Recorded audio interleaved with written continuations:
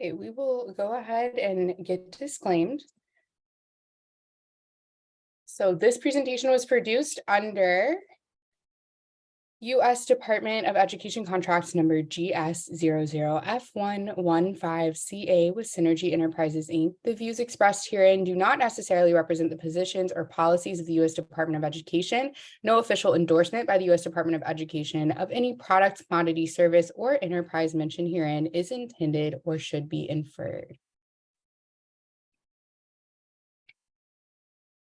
And of course, joining us today is your ACE Program Officer, Bianca Williams. Hello, Bianca. Hello, everyone.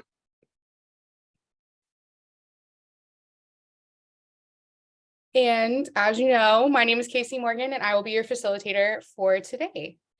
So we will go ahead and go through the agenda so you can see what to expect.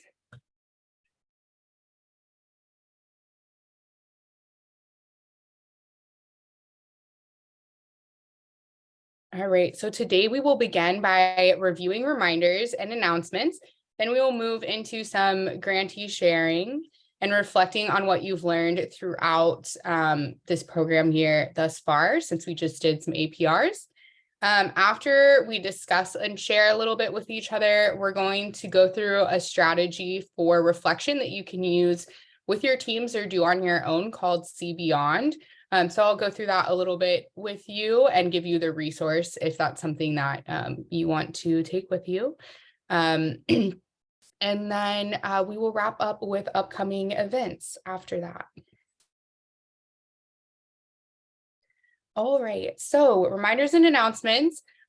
First, we have the project director meeting coming up, and registration is now open for the project director meeting. That is June 6th through the 8th, and it is required for project directors to attend. In the past, you could invite up to 3 team members, but you can invite as many people as you want, so keep that in mind. So this could be program staff, budget staff, any people that you work with that you feel like would benefit from attending the sessions. And then we will have, someone will place the registration link in the chat for you all. So if you haven't registered yet, please go ahead and do that at your earliest convenience. It's something that you could go ahead and do right now. Even the registration process is pretty quick. Oh, Pamela. Okay. So Pamela said she has a site visit from her grantor that week. So what should she do as far as attending? So it's definitely open to your whole team. So hopefully you can still have someone sit in your place. We will have recorded material. Previous years, we have requested project directors who cannot attend to watch certain sessions just to make sure that they are receiving the professional development. So we will definitely send that out if there's any required sessions that we want you to have, but definitely invite other people on your team to attend, and having a presence from your grant would be very beneficial. Oh, great. Doug will be there. Well, yeah, tell Doug to take good notes and tell you all about it. Okay.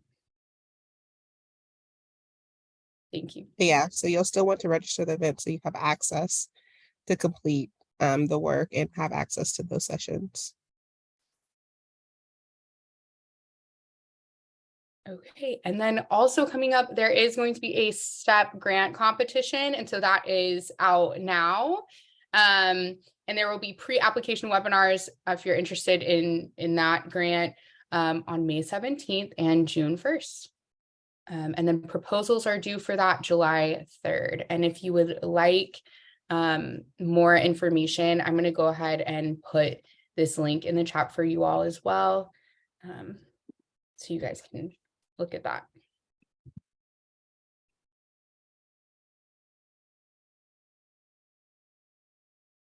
Happy Teacher Appreciation Week. Thank you all for all that you do for students, and thank you to all the teachers and educators doing the work to make a difference every day in the life of a Native child, family, and community. So we wanted to, take a moment to thank you, and we encourage you to take a moment to thank the significant teachers in your life.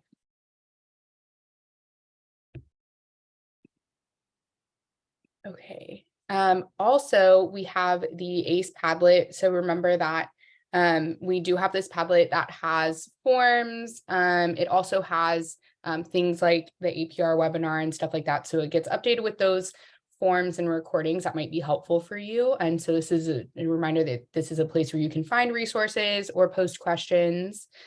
And there also is the budget revision form. So that's one of the documents that you can find on the Padlet, is a copy of that form. Because it's been some time since the APR due date, and you had to go through your expenditures and your budget, your drawdowns and project measures, you might be, contemplating ways you can use your money differently or better based on what the budget and expenditures and drawdowns were looking like thus far for your program year. So it is that time again to review your expenditures, to take a look at your project measures and plan out what needs to happen for you to meet those things financially, and determine if there are any funds in your current budget, in their current budget category that may not be expended by the end of the year, and how you can preemptively move those funds to an area where you might use them more. And so this is a good time to, go through this process here on the screen, review your expenditures, review your project measures, meet with program and budget staff, complete that budget revision form, and then you would submit that to Bianca via email. And just a few notes on that form. Make sure you include all of the necessary information, and make sure you include a really detailed and robust explanation for your revisions, so that Bianca doesn't have to do as much back and forth and things, and you guys don't have to do as much email back and forth. That way your budget revisions get approved, more quickly, and Bianca has all the information that she needs there. Can I also make a suggestion or a recommendation too? I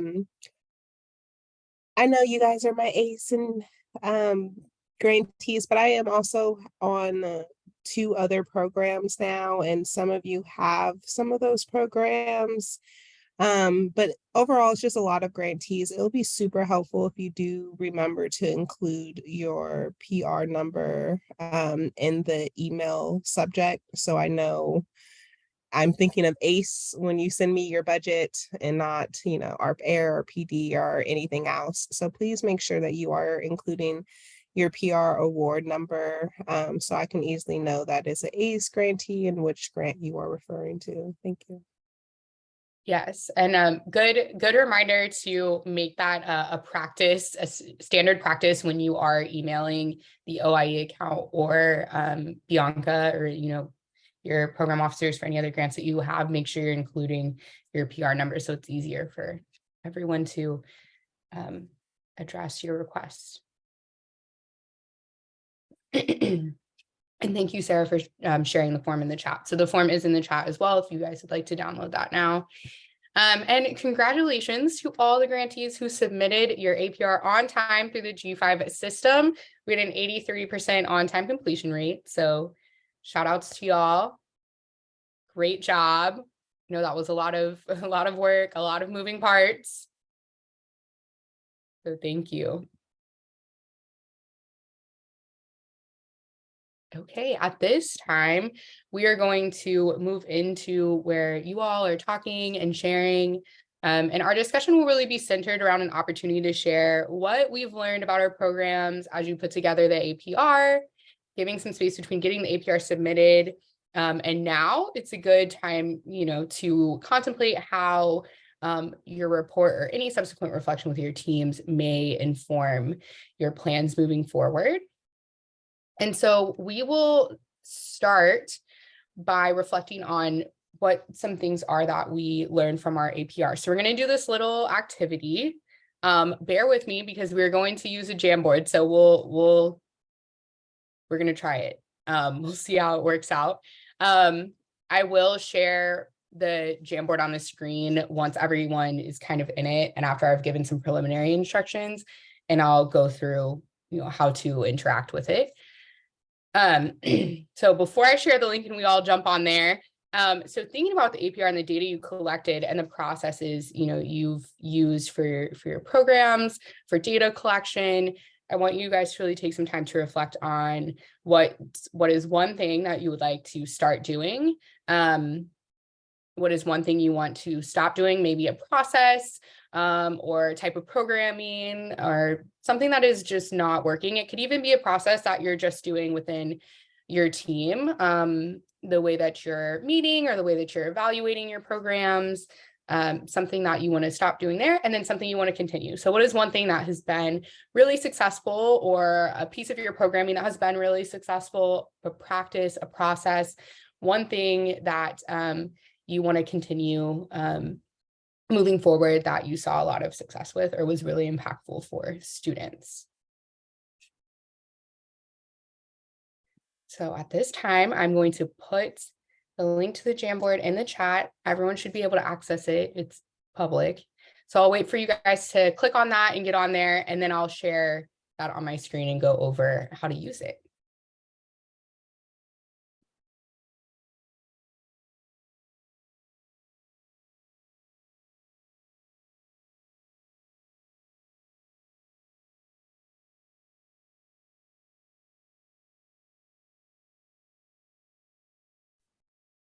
Sarah, can you give me access to share my screen? The other me is screen sharing, so. Oh, the other one, because I was like, I need both. Both of me have to be, yeah. Yes, for those of you tuning in, Casey gets disoriented and joins as, about 3 versions of her. Yes. Just for fun. I like to make things as complicated as possible,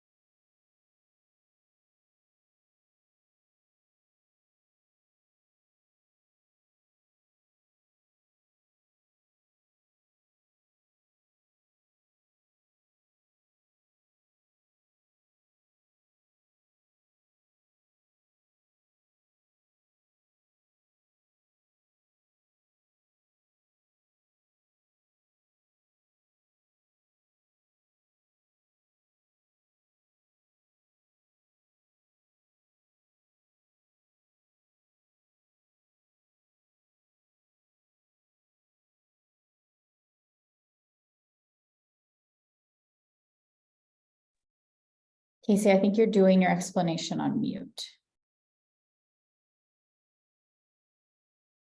I am.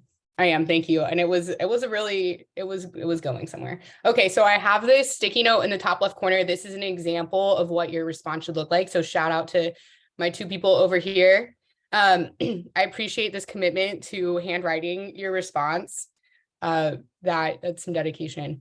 To create a new sticky note, you go over to the left-hand column right here where you see these kind of 2 lines on what looks like a sticky note paper. You can pick whatever color you want, and then you just write your response and then hit save. And then once you do that, you can drag it around. You can make it smaller, bigger, depending on how easy it is to read. So we will begin with this, just focusing on the start question. What is one thing that you want to start doing that you are not currently doing?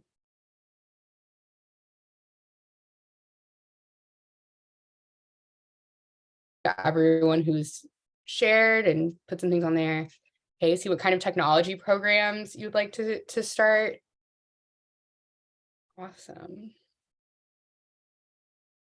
Is there so the person who put the one about technology, is there a particular area where you feel like integrating technology would be helpful? That was me. I'm sorry. You don't know. Hold on, I got food in my mouth. I'm Oh sorry. no, you're good. Take your time. Okay. No, this is Shannon from Stone Child. was looking, they were asking about technology, and that's a broad question. And so I guess we started looking at different things you can offer. And another big thing that we do is we mentor kids. We have a mentoring group, 60 kids. Okay. So there's a lot of moving parts and like presenting ideas for the schools, and one that I've kind of put some hope into, I guess, is looking at there's the Python, which is cost effective for coding. Mhm. There's having kids come out Adobe certified, having kids come out Canva certified. And then I know it sounds crazy, but every now and then I'll go onto our local job service list. And there are so many programs, different workplaces, work development places looking for people to run social media accounts. And having these kids, because they already do a lot of that, but like having them be able to stepping into an adult, job and saying, hey, I can run your social media in a nice and formal manner, and like looking at things in a proactive manner so that they're employable when they walk out. And like that's one thought. And then there's a lot of these STEM activities that involve technology that we're looking at too. Like a lot of our cattlemen are not a lot. There's a handful that I've been visiting with.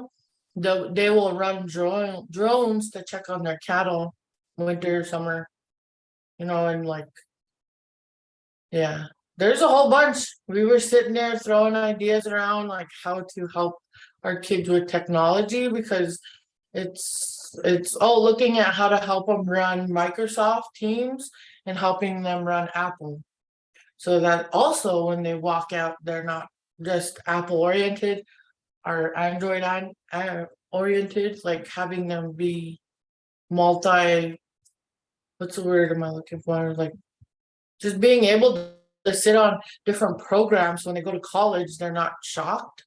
Because Yeah. two of our schools one's an Apple school. And so once they come to Stonechild, once they graduate, come Stonechild, they're walking into a whole different setup and situation. Where the other school is that like works with Microsoft a lot. So my team is pretty well versed. They do a pretty good job, but the kids aren't. They are, but they're not. I guess that's not fair. So Yeah. that was a heavy loaded question I wrote up there. But just Yeah. looking at different things so they're employable and they're able to go to college and be okay once they sit down in that capacity. Yeah.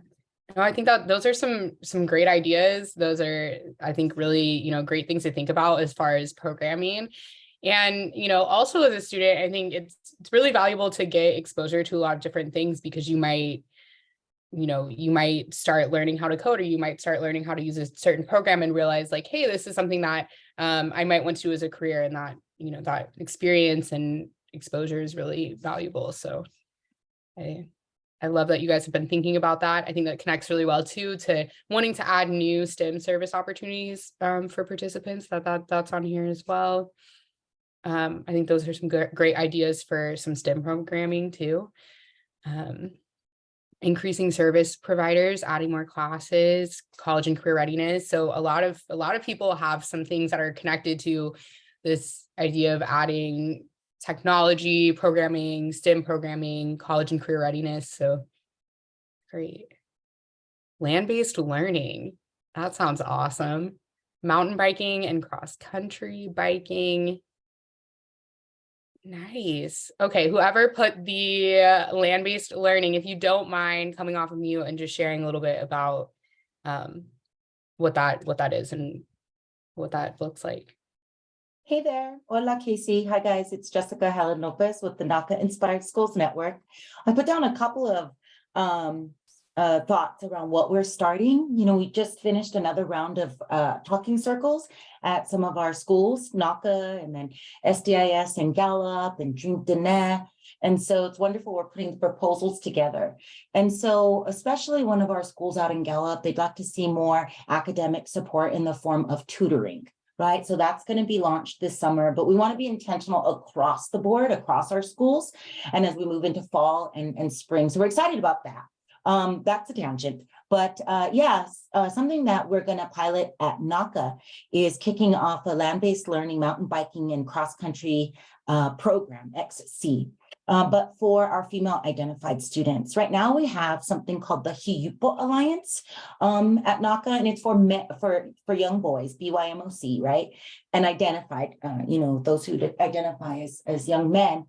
And girls are invited, once in a while, a sister will drop in, it's not exclusive like that. However, there's not a space specific for girls who want to bike. And we just have such beautiful land here in New Mexico. And when we think about our indigeneity and our culture, we want to make sure that we coalesce those things in the curriculum. So right now we're doing the footwork and we're working with a lot of Indigenous and BIPOC female identified bicyclists who not only bike like a century, 100 miles, or they do a lot of enduro biking across New Mexico, but they also know how to build bikes and how to take care of their bikes. So it'll incorporate a lot of working at workstations, learning on how to build and fix bikes, but also empowering our young women to be able to say, hey, I've got this bike and I can get on my bike and I can go to this place, And so it's a lot about like accessibility when we think about transportation. The land-based learning will come from,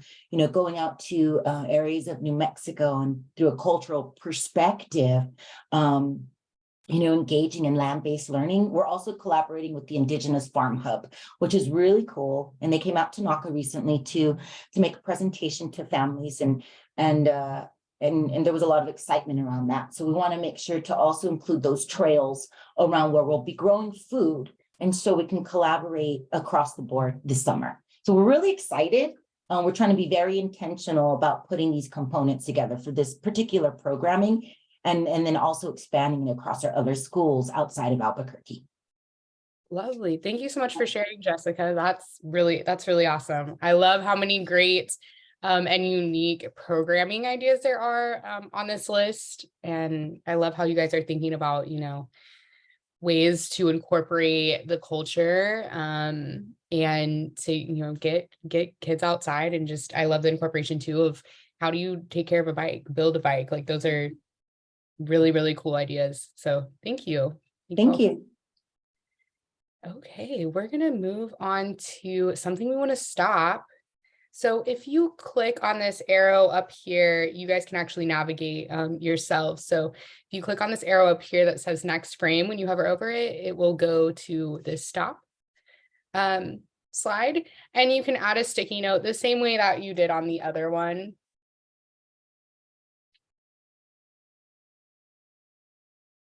Move it around. So you're going to go up here, click next frame, and then it looks just like the other slide.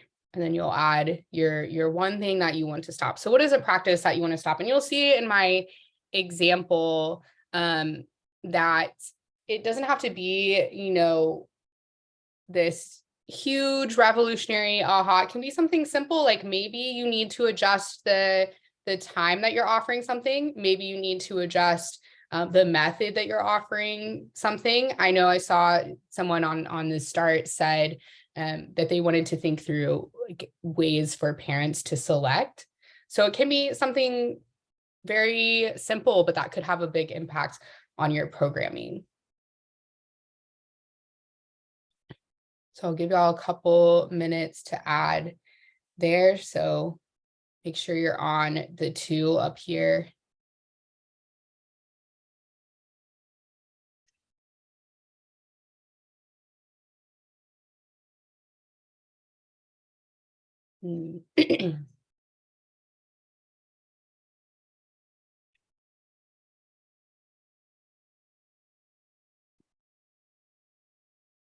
It's requiring students to sign up in a specific window.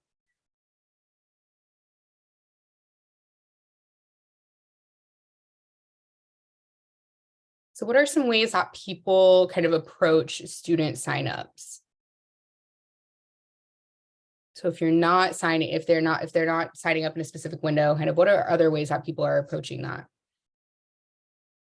You can put it in the chat or you can share off mute.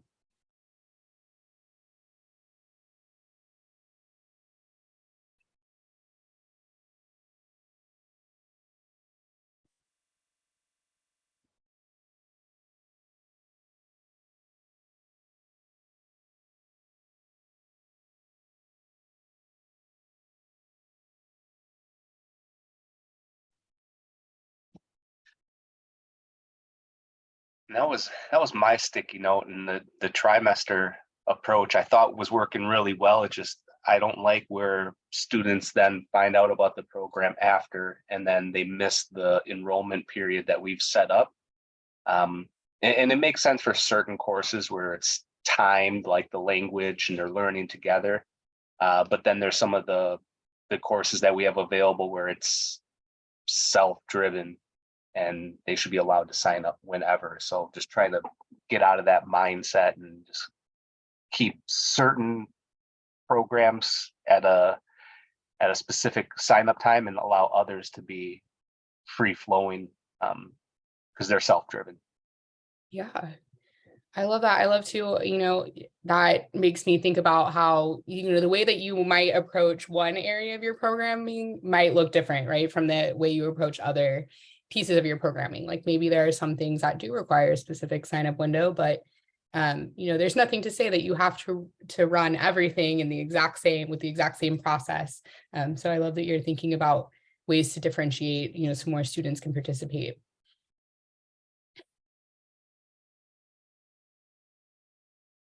Okay, mailed home surveys. We've not seen a response. We have a huge response on surveys through attending our tribal general council in the fall and spring.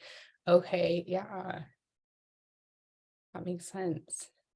That's one of those kind of little things sometimes that takes a lot of thought and a lot of trial and error, right? How are we marketing things to people? How are we engaging people in the work? Like, how are we asking for opinions? Even something as simple as, right, the format of your survey.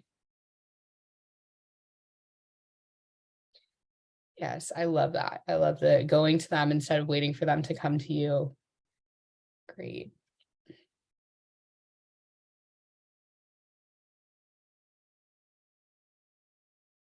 We're going to switch from submittable platform for student registration and move towards in-person engagement. Okay, yeah. I see a lot of reflection kind of on that, how you're engaging with your stakeholders. And I see kind of that consistency as far as in-person being something that's helpful. Teacher turnover. MINT heavy itinerant service schedule, housing, travel challenges. Yes. Awesome. Thank you guys so much for your participation on that. You guys can continue, if you're in the middle of thinking through a thought or typing out a thought, you guys can go ahead and finish that one. And then when you're ready, if you could go up here and go to our last area where we're going to reflect for this. I see we have one sticky note there. And then you're just going to take the same process. So what is something that you're already doing that has been successful? And those of you that are thinking through changes that you might want to make, it might be helpful to see what are some things that other people are doing that are successful. I could even see how in some of your stop responses, you have some things that you found successful, even in figuring out what that thing is that you're going to stop. It's like how in-person engagement has been successful, right? So the thing that your practice that you're continuing again can be something as kind of small as that. And sometimes those thinking through those small things are just as meaningful as the big decisions we make. So continue providing opportunities for concurrent enrollment. Okay, great.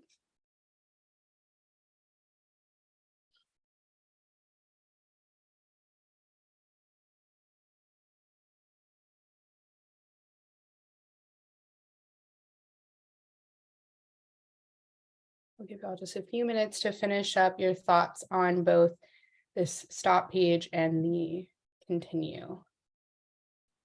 And I really encourage you, brag about yourselves, like celebrate. What are the things that are really working? Yay. Kudos to whoever said their response time is awesome.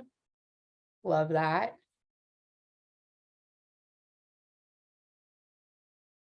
Oh. Okay, whoever shared this, in communicating with our service providers, we've developed a more thorough onboarding and welcome process. If you don't mind, if you could come off mute and kind of talk through what is your onboarding process. Ooh, all native authored book club. Love that. Hola, it's me again, Jessica. Oh, hey. Hi. It's always a great, since it's anonymous, it's always a great surprise to see who did this.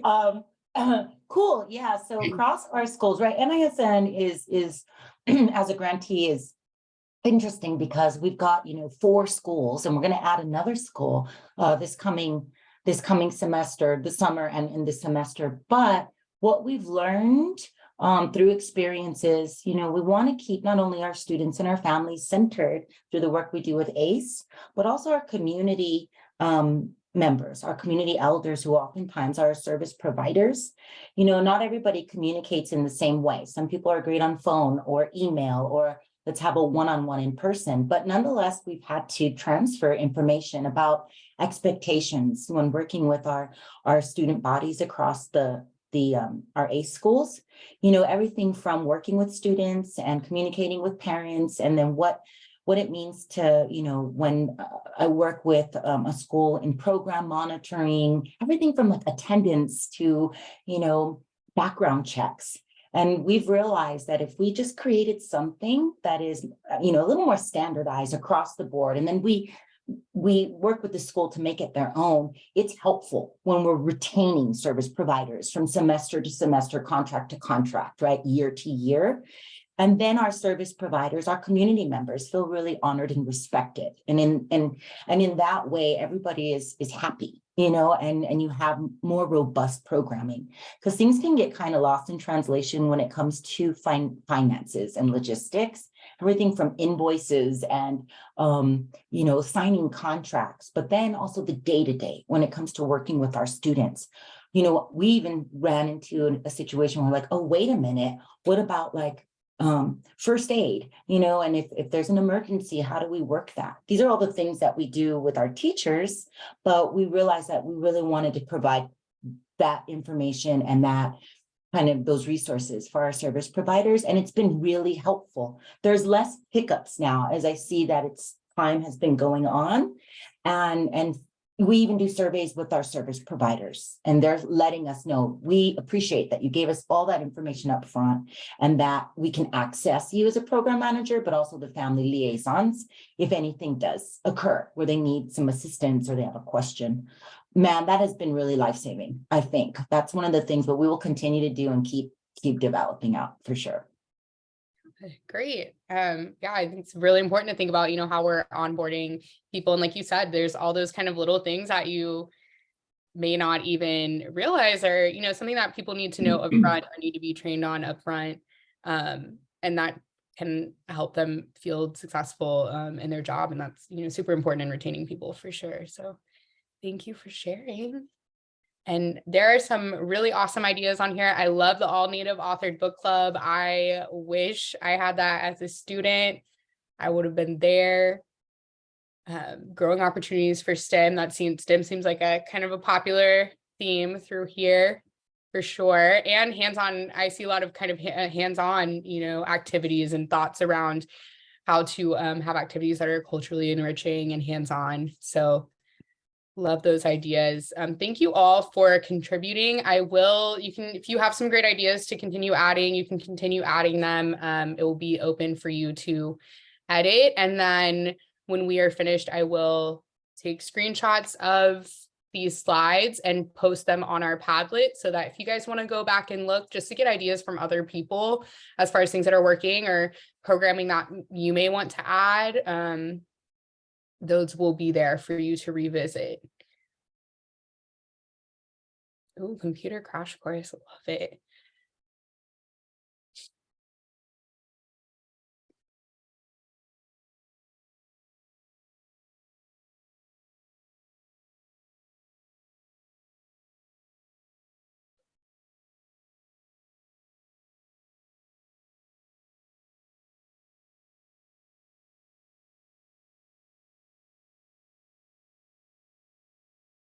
Okay, thank you guys so much for participating in that activity. And then just a quick question, you can share in the chat if you don't want to come off mute, but with summer coming up, what are some activities that you have planned for the summer months that people could generate ideas from as well?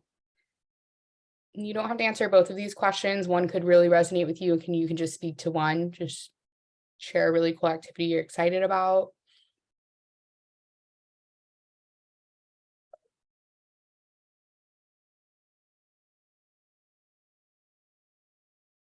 Oh, gardening 101. Tell me more about gardening 101.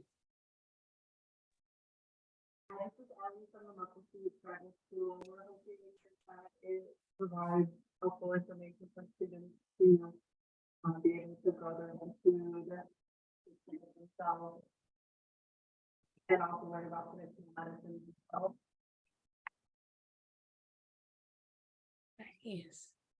Yeah, I too need to take gardening 101. I probably need to take gardening like 001 if there's a pre-course to the intro course, because I kill all the plants and I don't understand why. Summer camps, leadership conferences, and college tours. Yeah, summer is definitely a great time for organizing college tours.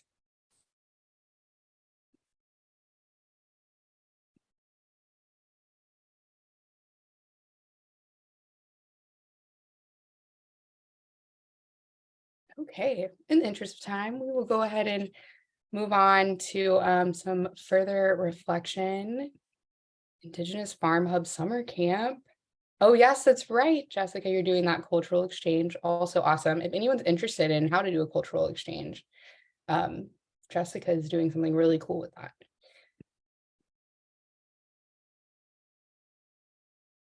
So now we will talk about kind of other methods for reflection that you can take back to your teams as you evaluate your current progress and make adjustments or additions to your programming moving forward.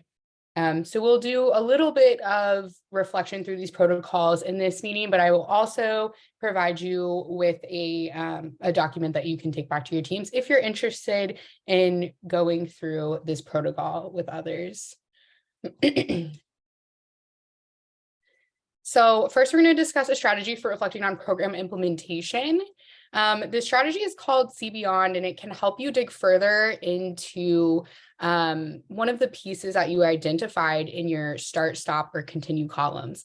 This protocol really invites you to really dig down into one particular, what they call enabler or inhibitor, so something that's working really well or something that's inhibiting your progress.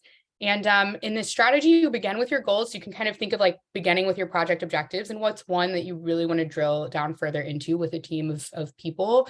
And you can think of your guiding star, which is what they call it, but that's really like your long-term goal of your program that you want to reflect further on.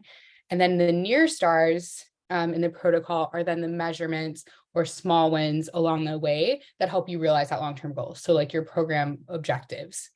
And that closely aligns with the way that you examined and reported on your program objectives for your APR. So you can kind of think to yourself, like, is there a program objective that you want to explore solutions for further, maybe after looking at data, or you know, one of those things that you identified earlier that you maybe want to pivot from or expand even. And so this is a tool that you can use to do deeper reflection into a specific area like that.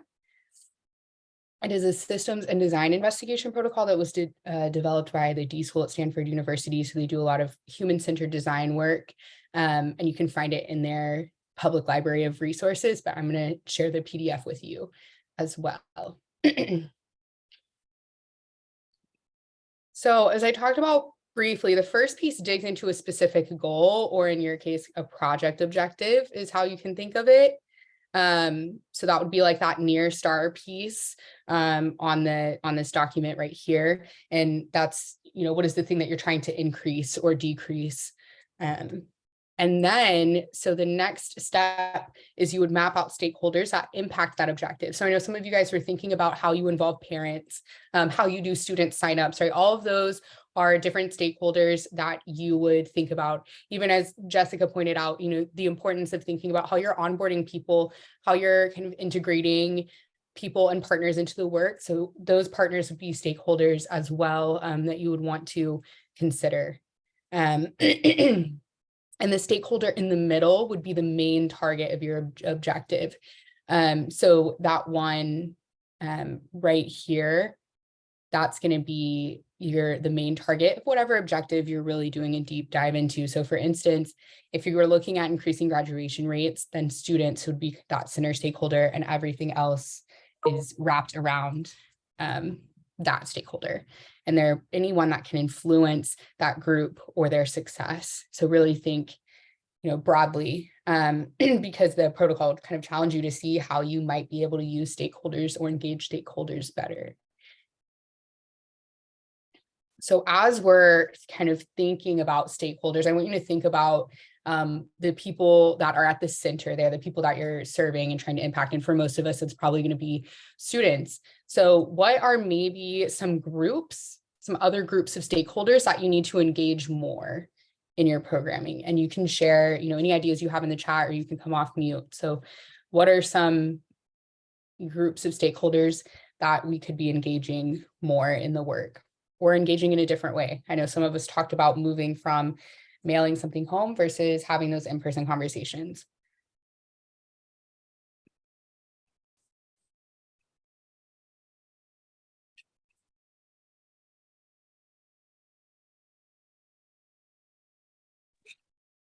Well, I guess I will talk. One of the things that I would like to see as far as on our side is engage more with our career tech system.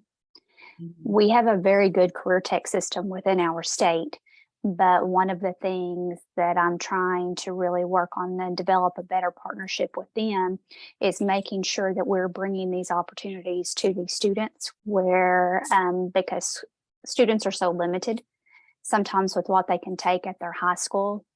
But what I'm running into is, trying to get away from needing a set number of individuals before they'll start a program, because, sometimes it's just being able to offer an opportunity for a small group, get them excited in order to develop it. So, I would really like to try to bring them in more to develop even some more opportunities there. Yeah, great. Thank you for that reflection, Kelly.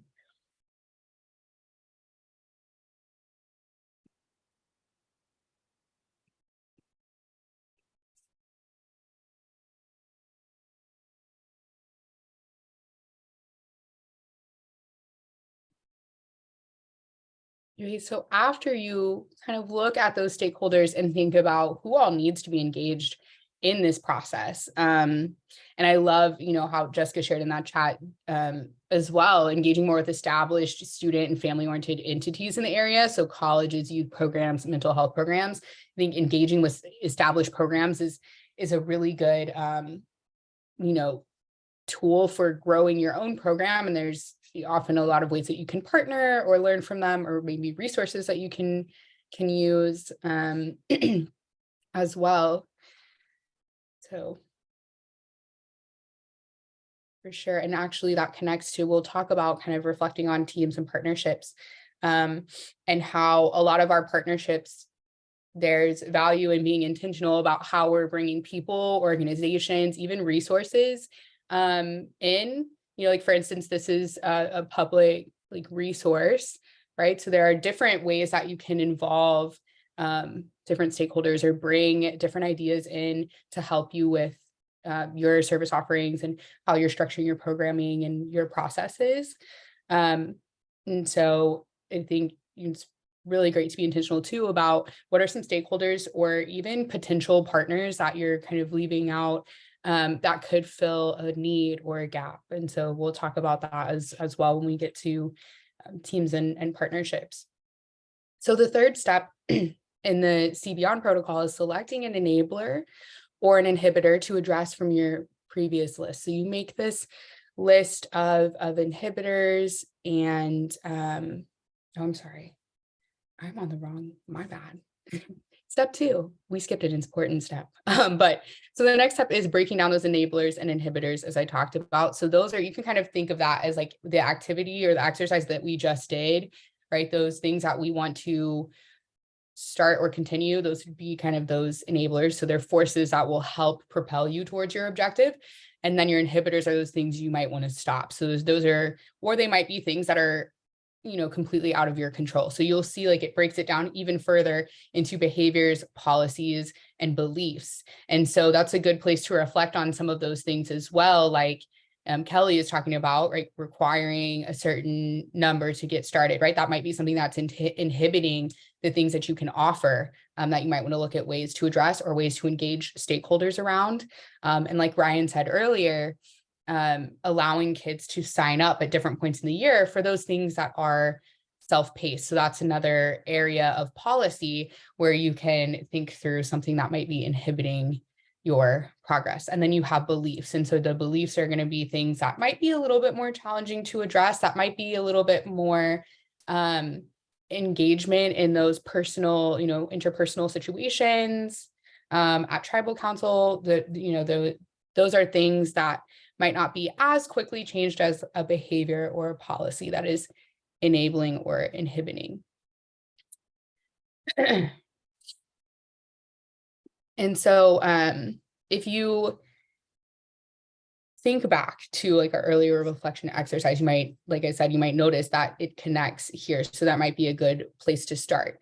The important thing is that when you're going through this type of reflection, it's really going to challenge you to pick one thing to focus on. And not to say that you can't address those other inhibitors or figure out ways to capitalize more on those things that are working really well for you, those enablers.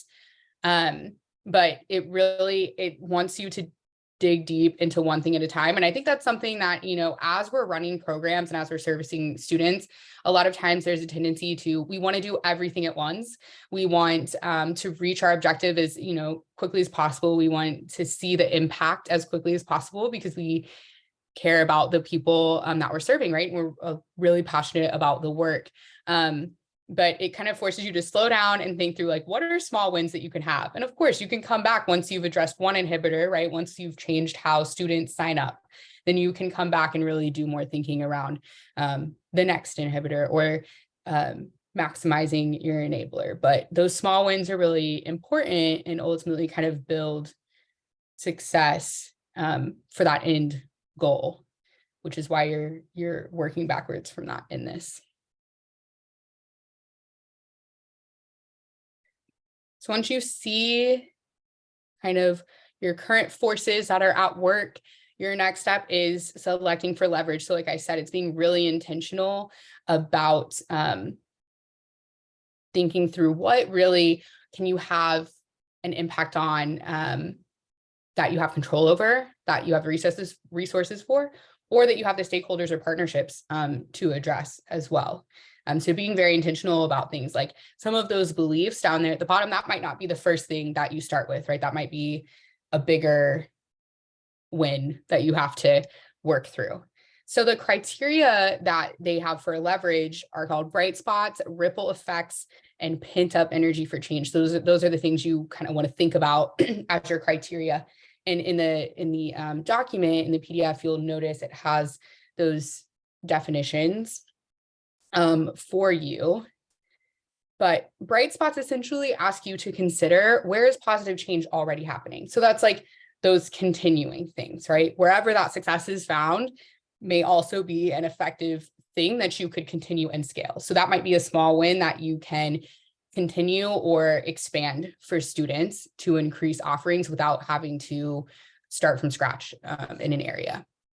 Then you have ripple effects. So ripple effects ask you to consider, where are there strong factors or dynamics that have the potential to affect many other things downstream? So a good example of that would be what Ryan brought up earlier as far as signing up, or what Kelly brought up as far as having a certain number of kids to sign up for something, right? Like she said, if you get a small group of kids involved in something, they'll get excited about it, and then other people find out about it, and it can grow from there, right? So those would be ripple effects. So then that might be a high leverage thing to address. because it can ultimately really affect your programming down the road and can be a small win that you can build on later. And then the third criteria is pent up energy for change. So pent up energy for change asks you to consider where energy or efforts are already disrupting the status quo that you can capitalize on to start something new, so to add a program or to transform something. So that's thinking about, maybe what are kids already interested in learning about that you don't have programming around that you can add to, or if you are going to some of these events with families or stakeholders, tribal council, things like that, right? What are some concerns of families or the community, or what is some movement happening in your community around an area that you can capitalize on or use to kind of like get support from stakeholders or get excitement from students, from families. So that's another way that you can think about, where do I have the most leverage here? So once you have identified the area where you have a lot of leverage, then that's the area that you would focus on addressing and where you would start to think about maximizing stakeholder relationships.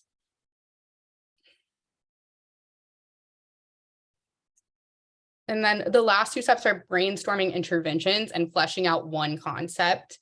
And so I'm going to go ahead and put the PDF in the chat.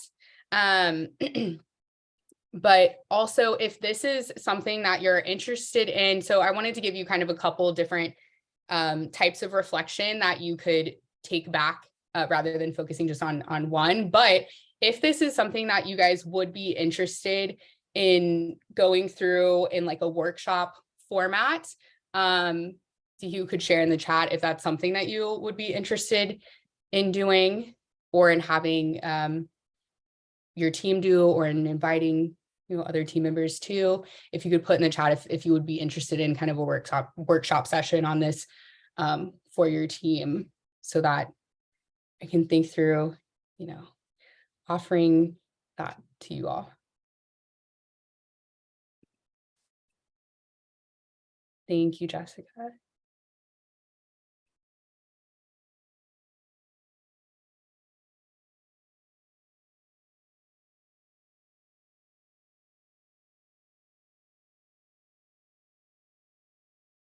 Okay, great. Thank you, Kelly and Shanna. Yeah, and I did put the PDF in the chat, so you guys are welcome to download that PDF and use it at your leisure. The recording of this will be posted too if you kind of want to hear the concept again. But I'm happy as well to think through a workshop that you could invite your teams to.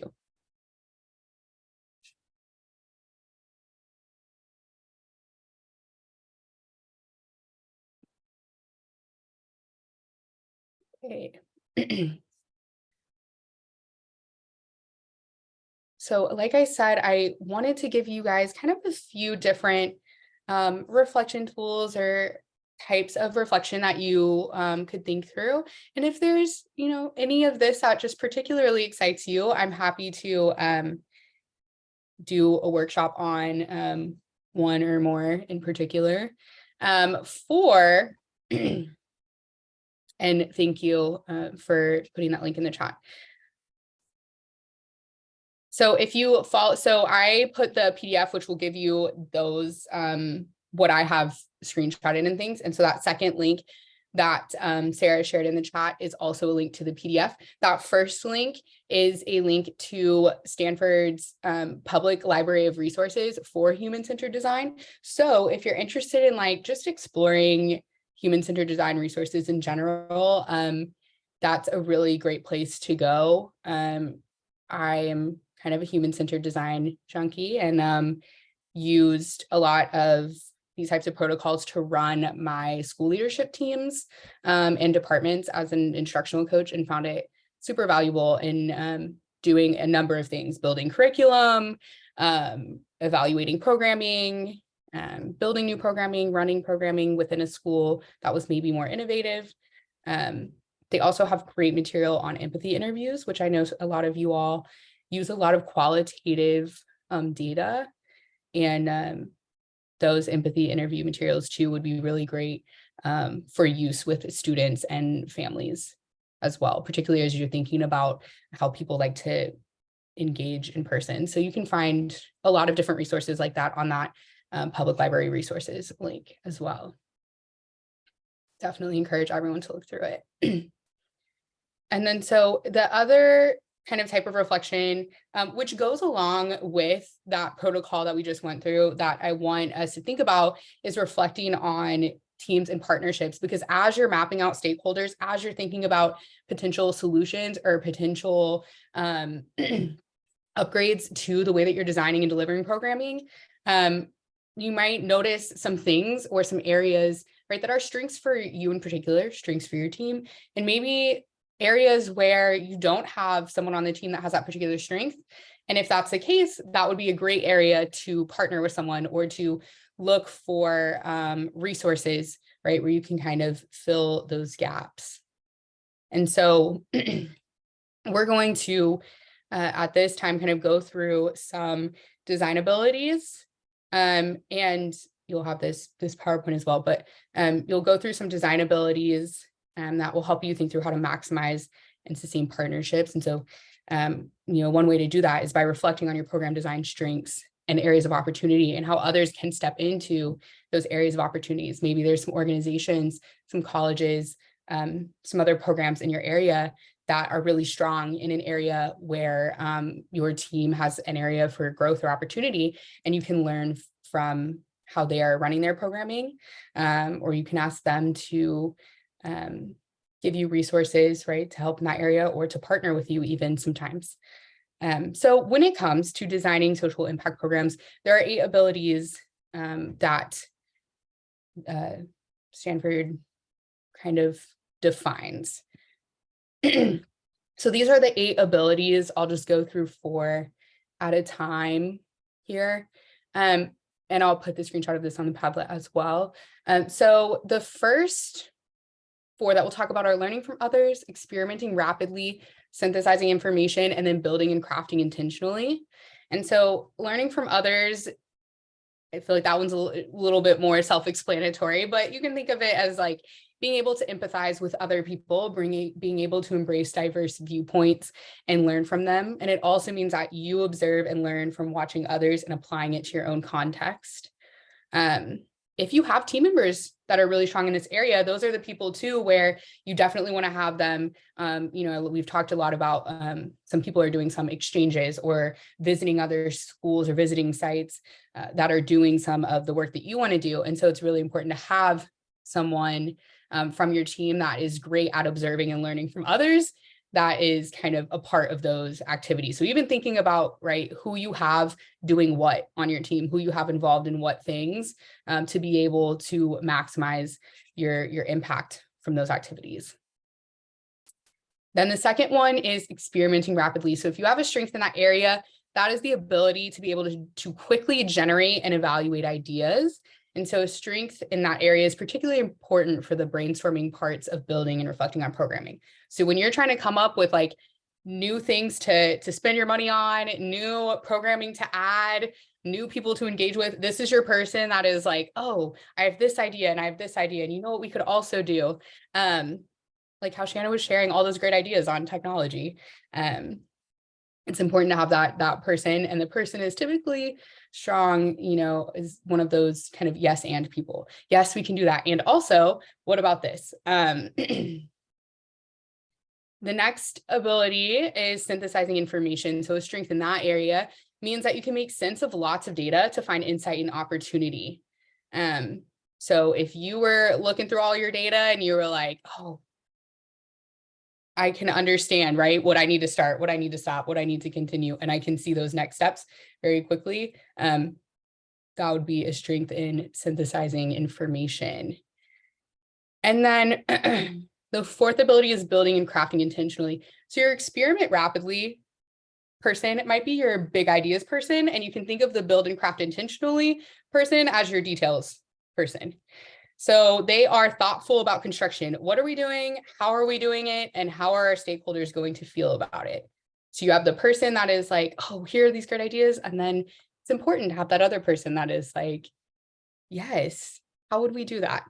Who do we need to engage around that work? So those are kind of the first 4. And so you can have a visual of that and more information. Here are other ways to kind of think about those first 4 things. So as you can see from the visual, right, it's important to have a full band, right? It's important to have everyone of these things, kind of these strengths represented, even if it's not on your team, in people that you are engaging with or in organizations that you're learning from, that might be able to fill some of these areas. So in these first 4, I want you to share in the chat, or you can come off mute. What is an area that you think you or your team is particularly strong in? And we're also sharing because, you know, this is a group of people that you can learn from as well. So you might see, you know, someone say in the chat that them or their team are really strong in one area that maybe you were like, I kind of struggle with that. So it'd be a good person to reach out to in that area.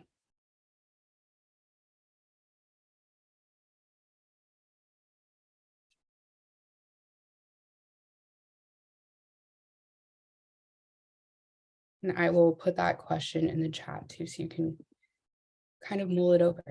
But feel free to just rapid fire, throw some thoughts in the chat. What is something that you are really good at? And you can look through the chat and see where you may be able to learn from a fellow grantee as well.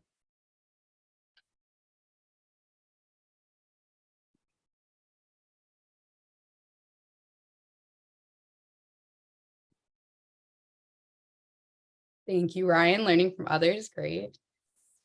Experimenting, yes. Good, thank you, John. Thank you, Jessica.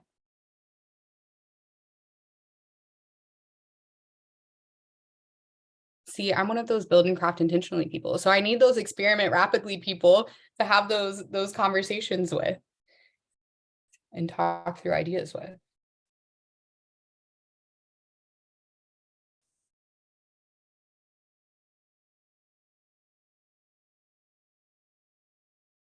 We'll give everyone another minute to kind of read through the descriptions and think about what an area of strength might be.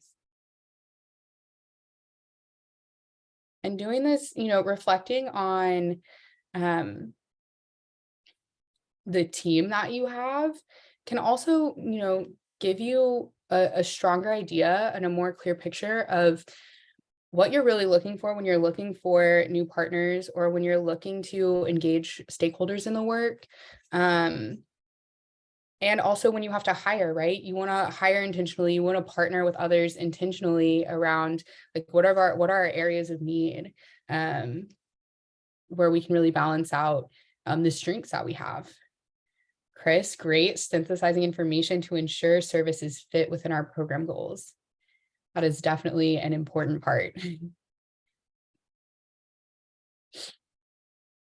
And there might be some tools or resources, right, that people are using to do some of those things, like to synthesize information. There might be a particular way you synthesize information. There might be a particular way you think through the details of programming that you could share with others as well.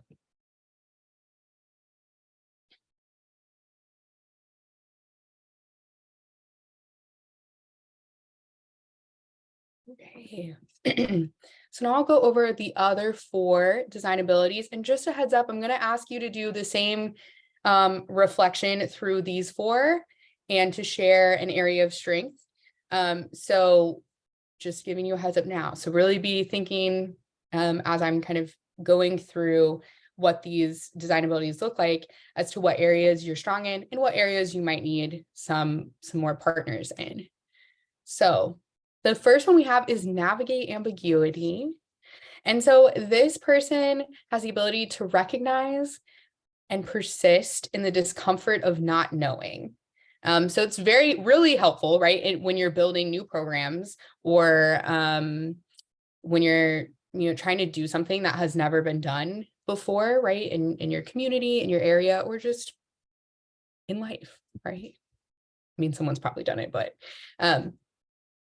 this person can also, in right that ambiguity, in that maybe people haven't done it before, maybe the program doesn't exist, like Kelly said, maybe you're starting from a point where you just need to get that small group of people that are interested and build it out from there and build that excitement. So this person can also develop tactics, like the one that Kelly shared, right? Starting small and then building that momentum and that energy for it from there. But this person can develop tactics to overcome when a clear path forward does not exist. So they can kind of look through the ambiguity and say, okay, let's figure out how to move forward anyways. And then the next is communicate deliberately. If you're strong in this area, that means you have the ability to form, capture, and relate stories, ideas, concepts, reflections, and learnings to the appropriate audiences. So if you have a team member that is particularly great at communicating deliberately, then that's probably your person that you want, on the ground doing the work to go to the community events, to go to tribal council, to go engage with parents in person, so that you can build support for your programming and get more stakeholders involved. So you can offer more of these, great things that you're offering. And you can also think about those narrative sections of your APR, right? If telling your story came easily, if you're able to both explain your work, right, in a more formal format like that, and also explain your work, right, to your community, to your parents, to kids, and get them interested, that would be someone who is good at communicating deliberately.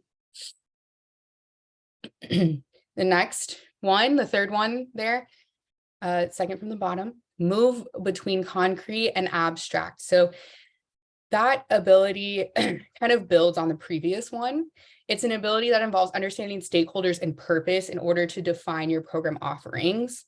And so you're still it's still in the realm of communication, but it's less storytelling and more marketing, right? Like, how do you make sense of your programming to students? How do you make sense of your programming to parents? And that's probably a good opportunity to engage some of those stakeholders in learning, right, how to do that even better, even if that's an area that we're good at. And then the final ability is designing your design work. So there's a lot of different ways that this one can be explained, but probably the most straightforward way is to think about, do you have a strength in project management? So can you put the people, the tools, the techniques, and the processes together effectively? And that's kind of that person.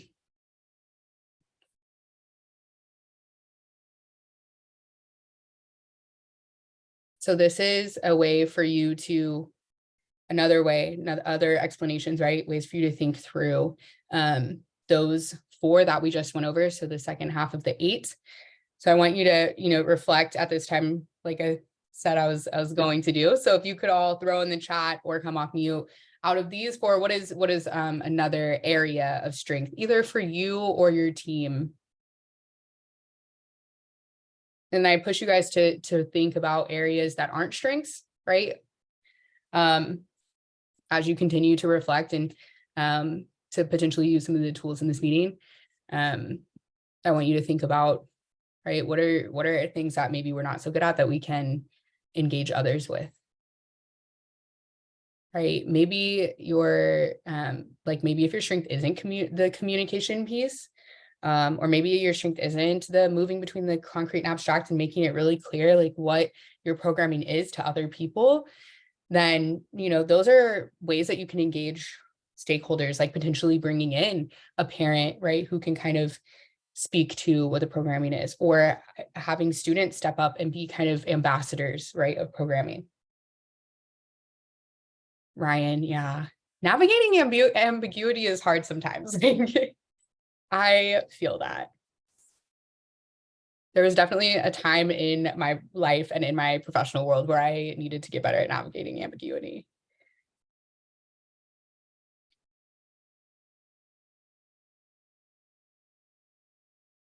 Oh, Jessica, yes, I love that. It hasn't always been your strength. See, that's where I'm at with navigating ambiguity. It has not always been my strength, but I feel like it's a learned behavior that I've gotten better at over the years.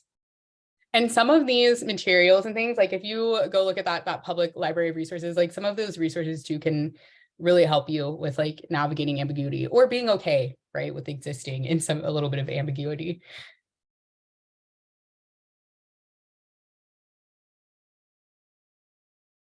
Thank you all for sharing today. Are there any other kind of questions that we haven't addressed or that you would like to pose to each other?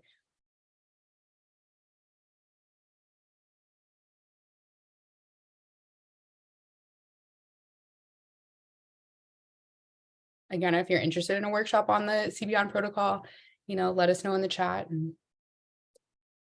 it's definitely something that I can do.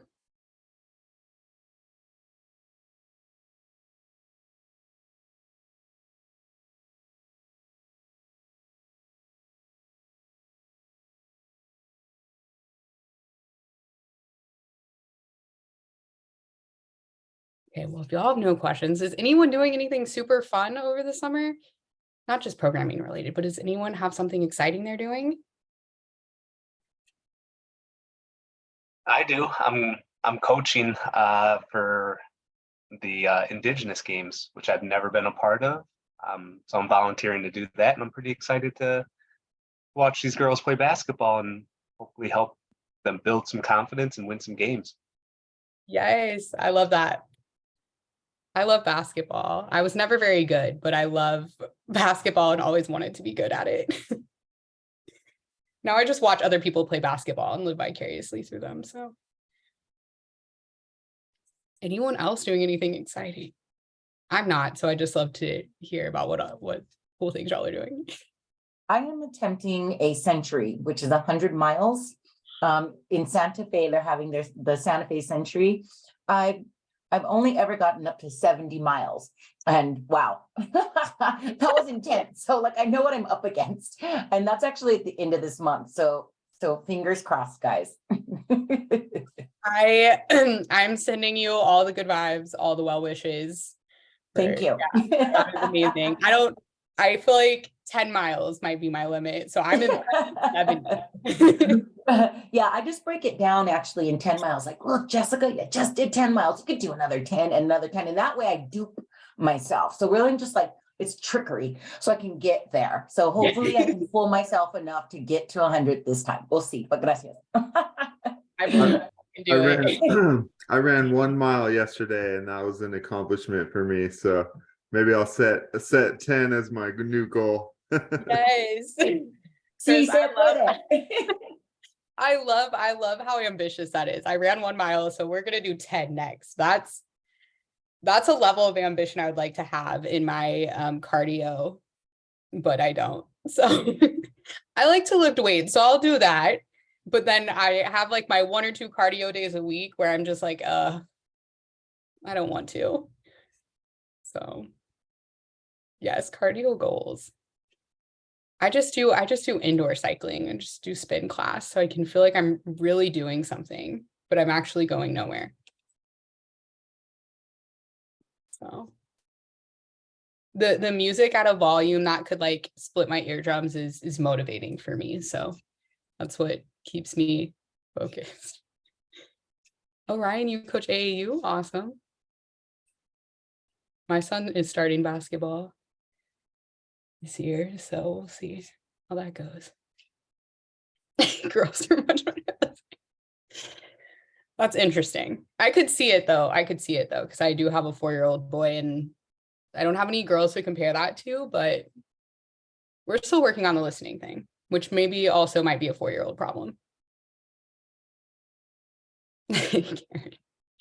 Yes. All right, well, thank y'all. If you have anything else fun to share, continue to do so. But at this time, we will pop up the poll for you all.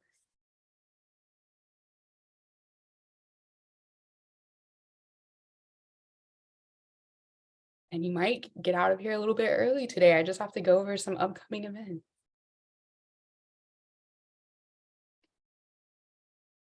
Oh, thank you, Spencer. Have a great day.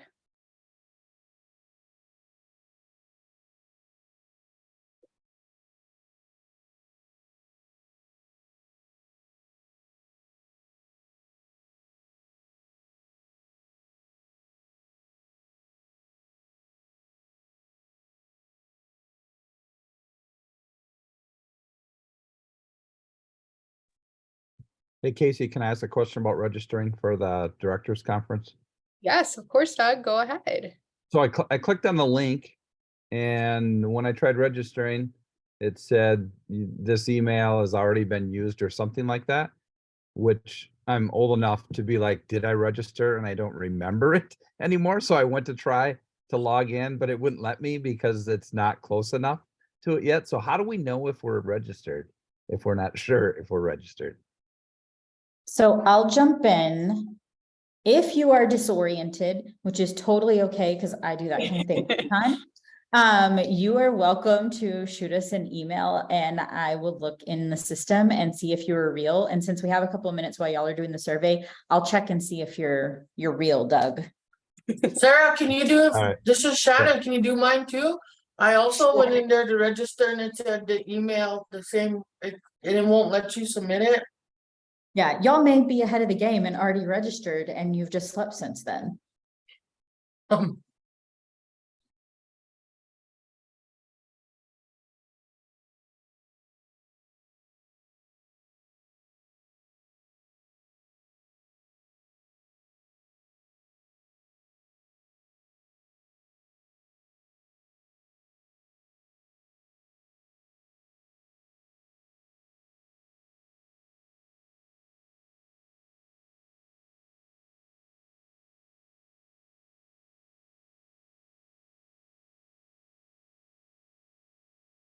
And then Karen, are you talking about for the pre-application webinars? As far as registering? Okay, Sarah. Yeah, so in order to attend the pre-application webinars, you do want to go ahead and register because you will need that link to get in. But you can even register for it day of. I mean, if you click the link, it'll just guide you through that registration process and let you join in. But definitely encourage anyone who's thinking about applying for that new grant opportunity to attend one of them. You don't have to attend both because it's going to be the same slide deck for both of them. Although you're welcome to attend both. I know some people are like, well, people ask different questions. Maybe I'll get a good idea. So you're welcome to attend both, but it'll be the exact same slide deck each time. Okay. Oh, and Sarah Whitehead is much faster than I because she was probably already logged into the PD meeting and says, yes, y'all are both already registered, so you don't have to do it again. Thank you. Yeah. Of course. Any other questions that y'all have? Anything about the grant competition, PD meeting, logistics, whatever you got?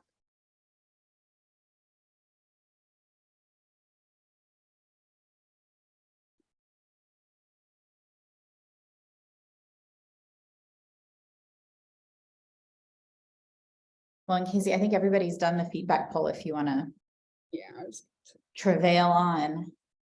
Oh, okay. All right. So we're gonna get through these last couple slides. You have a few minutes.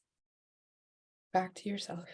Okay, so some upcoming dates, some summer support. So we do have office hours on those dates there, the fourth Thursday of each month from 1 to 2 Eastern. And then our next talking circle is going to be August 10th from 3 to 4:30 Eastern time. Also, it's not on this slide, but if anyone is interested, we will be having a summer immersion series running from June through August. We'll have some people sharing from all different communities, some Native American communities, Native Hawaiian, Native Alaskan. It'll be a good group of folks that'll be sharing about like Native language immersion, curriculum development, those type of things. So if you do work in that area or you know someone who does work in that area that would benefit from, you know, engaging in some of those things, look out for more information on that, but that will be happening soon as well. And then if you need to connect with us, ask us questions, remember you can email us at oie@seiservices.com. And if you want to schedule a coaching conversation, you can do that at this link here. Okay, awesome, Jessica. We will make sure you have that information. So yeah, it'll be really cool. It'll be kind of a mix of podcasts and blogs and some live sessions that people can attend as well. So for that summer immersion.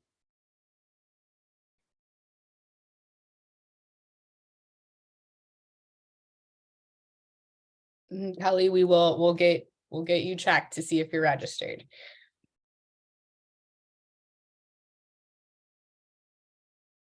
Okay, thank you guys so much for participation today. I really appreciate all of your thoughts. Kelly, you're good, you're registered. Thank you all so much for your participation today, and always a joy to see you all virtually. This is all of our contact information. So if you do need to send that budget revision, you're going to send that to Bianca Williams' email there. If you need to contact us, our email is on there again as well. And remember, always include your grantee name and PR number when emailing us or Bianca. Thank you all. You too, Karen. Have a great rest of your day.